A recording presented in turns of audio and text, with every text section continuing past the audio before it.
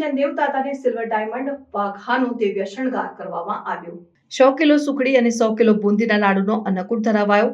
Art bouquet designer અને કારીગરોએ લગભગ 1800 કલાક કામ કર્યું। શ્રી સ્વામિનારાયણ મંદિર વડતાલ સંચાલિત સુપ્રસિદ્ધ યાત્રાધામ સાળંગપુર ધામ શ્રી કષ્ટભંજન દેવ હનુમાનજી મંદિર ખાતે શાસ્ત્રી સ્વામી હરિપ્રકાશ દાસજીની પ્રેરણાથી તેમજ કોઠારી વિવેક સાગર દાસજી સ્વામીજીના માર્ગદર્શનથી સાળંગપુરમાં શ્રી કષ્ટભંજન દેવ દાદાને સિલ્વર ડાયમંડ વાઘાનો દિવ્ય શણગાર એવં સુખડી લાડુનો અન્નકૂટ ધરાવાયો હતો। સવારે 5:45 શણગાર આરતી પરમ પૂજ્ય 108 લાલજી સૌરભ પ્રસાદજી મહારાજ દ્વારા કરવામાં આવી હતી। અનેક હરિભક્તોએ દર્શનનો લાભ લઈ ધન્યતાનો અનુભવ કર્યો હતો। મંદિરની યજ્ઞશાળામાં મારુતિ યજ્ઞનું આયોજન કરવામાં આવ્યું હતું। અનેક ભક્તોએ આ અનેરા દર્શનો ઓનલાઈન થતા પ્રત્યક્ષ લાભ લઈ ધન્યતા અનુભવી હતી।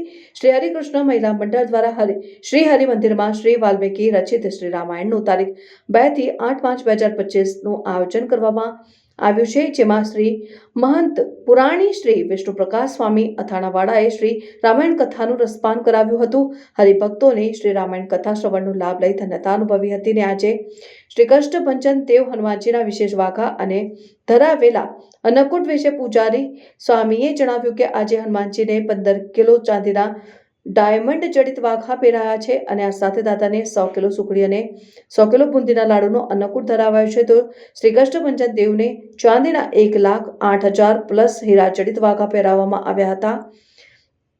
હનુમાનજીને પહેરાવવામાં આવેલા વાઘાનું વજન 15 કિલો છે અને સાથે જ શ્રી કષ્ટભંજન દેવના મુકટમાં 7,000 અને કુંડલમાં 3,000 હીરા લગાવવામાં આવ્યા છે। આ ઉપરાંત વાઘામાં 200 રિયલ ડાયમંડ, 100 ગ્રામ રોડિયમ, 200 માણેક અને 200 પન્નાનું જળતર છે। આ વાઘામાં 14 કિલો ચાંદીનો ઉપયોગ થયો છે। આ વાઘાનું કુલ વજન 15 કિલો છે। આ વાઘામાં મુકટ, કલગી, કુંડળ, ગળા બંધ, સુરવાલ, રજવાડી સેટ, મોજડી અને કંદોરો પણ સામેલ છે। આ મુગટમાં 7,000 અને મોજડીમાં 3,000 ડાયમંડ છે। આ વાઘામાં 3D વર્ક, બકાનેરી મીણો, પેઇન્ટિંગ મીણો, ફિલિગ્રી વર્ક અને એન્ટિક વર્ક કરવામાં આવ્યું છે। વાઘાને આકર્ષક બનાવવા માટે મીણા કારીગરીથી 24 જેટલા મોર ડિઝાઇન કરવામાં આવ્યા છે।